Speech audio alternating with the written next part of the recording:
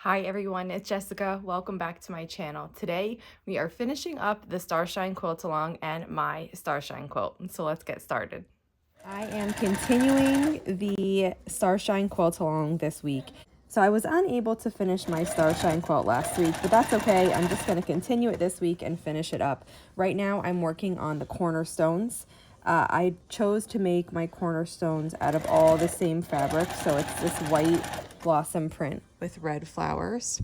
And then I have my green cross weave, and I'm assembling the diamond and square units. These are made exactly like the units that we use in the block, so you can follow that same process. I have a little chain here, and I'm just working my way through them.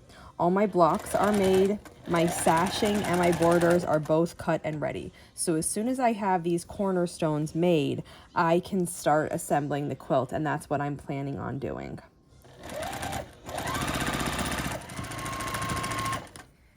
I'm working on assembling the quilt top together, and so what I'm doing here is there's really no right or wrong way to do this. It literally just depends on the mood you're in and the feel that you want at that moment. So I'm making the largest size in the pattern. I need 30 blocks, so I have 5 across and 6 down.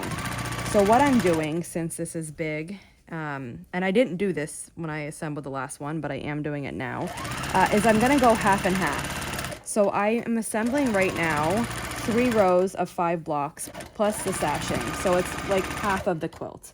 And then I'm going to go ahead and assemble the other half of the quilt. And I think I'll press them both separately and then sew that one final seam to sew them together and press that. And then I'm planning on adding the border. And I think that right now for me, it's just making it feel easier to manage by splitting it apart. Again, when I made the other one, I made it in exactly the same size, and I just assembled it just vertically like I always do. But for now, for whatever reason, I'm feeling like I need to split it in half. So that's what I'm doing. And this cross weave is shedding a little bit, but it's not too troublesome. I'm just trying not to worry about it. I'm trying not to pull the loose pieces. I mean, when you see a piece, like, can you see this one? For me, the tendency would be to pull that off, but I'm trying not to do that, because what that does is just make it fray more, and then I have edges that are completely frayed, and I won't be able to sew into those. There'll be nothing to secure it to the rest of the quilt, so I just leave that. Even though I want to pull it, I leave it. After I have the quilt top together and pressed, then I will trim with scissors any extra threads that are over the white portions, basically like any ones that I think I would see through the quilt top. But I'm not going to trim everything. So like this, for example, like ones that are hanging on this red, I won't even bother. You will not see them through the quilt top. There's no reason. But ones that are on this white here, I will trim those and get rid of those, because you will see those through the white. And it looks really cute so far. I have 2 more long seams to do, and then I'll give you a little peek at what half of the quilt top looks like. Here is half of the quilt top together, and doesn't it look so nice? I am happy with the one color cornerstone. That looks nice. I wasn't sure how I was gonna feel about that, but I think it looks really nice. So this, I'm going to press it, then I'm gonna assemble the other half. I'll sew those 2 together, then add the border.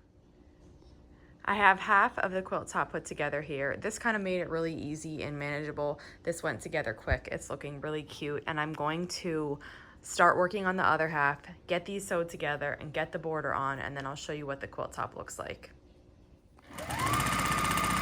When I'm piecing the quilt top together, when there's sashing, it makes a really easy stopping point to not have to pin. So what I usually do is I'll sew my sashing. Right now I'm nesting this cornerstone seam here with the sashing, and I would sew across to that. Once I get here, I stop and adjust, and kind of back closer to me, I'm nesting the seam of the cornerstone and the block. And then I just make sure everything is laying nice. And I don't pull it, but I kind of hold it taut, and then I sew across here, making any adjustments with my left hand as I go, and my right hand stays holding this nesting spot. When I get close, I put it down, and I continue holding the nesting spot and then I sew to it and stop. And then I just repeat the process again. So here is where I'm nesting the sashing and the cornerstone. I sew over. Once I get to this one, then I'll repeat what I did before, where I nest the block and the sashing.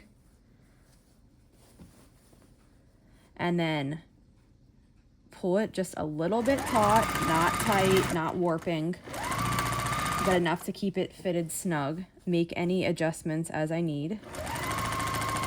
And then I do this all the way across. And this is how I get my pieces, my blocks and everything, my sashing, my cornerstones, all lined up nice, but I don't pin. The sashing and the cornerstones builds in this like natural stopping point to make sure everything's lining up. When you don't have that, you go by matching your blocks together. And then if you're just doing blocks with sashing and no cornerstones, that makes it a little bit tricky because it would just be a straight piece here, nothing to anchor to. But with just blocks or blocks, cornerstones, and sashing, it makes it really easy to stop and make sure everything is straight in line. I just finished sewing the border on here.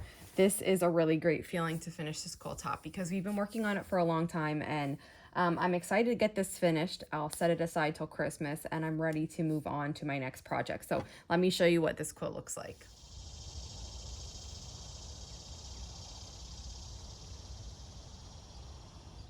It was windy and the sun was shining, so it was hard to get a real good look at this quilt, but I've laid it down here on my carpet inside, and it looks really cute. I need to press it still. I haven't pressed these borders or anything. The blocks are individually pressed, but none of the sashing or cornerstones is pressed yet. So that's my next job. I already chose a backing. I have it loaded on my long arm so that as soon as I press this, it's going to go right on. I finished the quilting on this. had it loaded on. This is the backing I chose. It's a flannel and it's made to look kind of like this houndstooth stitch. It's not as loose as it shows. It's just a design printed on flannel. So that's the backing that I set up right away. I got my batting on. I used Warm 100. I love that batting. And the quilting is all finished. The pantograph I used is called Melissa's Star Sparkle. And I've used this before on a patriotic quilt, and I thought it would look nice on Christmas too because, you know, I associate stars with Christmas also. These little designs are like twinkling kind of in the sky, and then wind. And we get a lot of wind here where I live in the winter. So I thought this would be perfect on it. So I'm going to take it off and get started on the binding. Here's what it looks like. It's an instant cat attractor. Here's one, and the other one's walking over now. There we go. So it looks so pretty here. You can kind of see it's a little bit darker in this room, and it helps. You can kind of see the quilting more on it. I think it's a really pretty design for this quilt. I am going to get it trimmed up, and then I'll show you the fabric that I'm choosing to bind it with.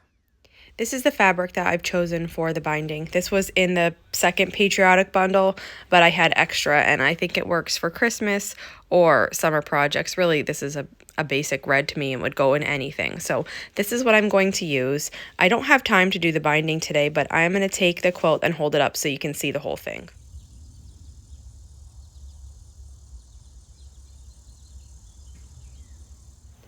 So that's it for today. If you have any questions on this quilt or video, just let me know.